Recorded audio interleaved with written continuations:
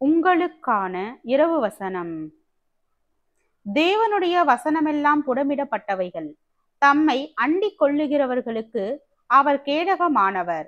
அவருடைய வசனங்களோடு ஒன்றையும் கூட்டாதே.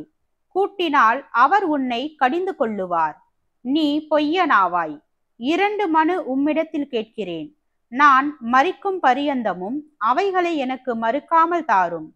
மாயையும் பொய் வசனிப்பையும் எனக்கு தூரப்படுத்தும். தரித்திரத்தையும் ஐஸ்வர்யத்தையும் எனக்கு கொடாதிருப்பீராக.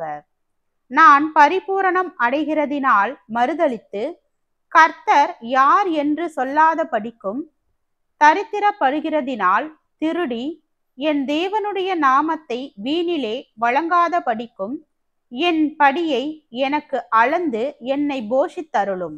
நீதிமொழிகள் 30 வசனம் 5 முதல் 9 வரை.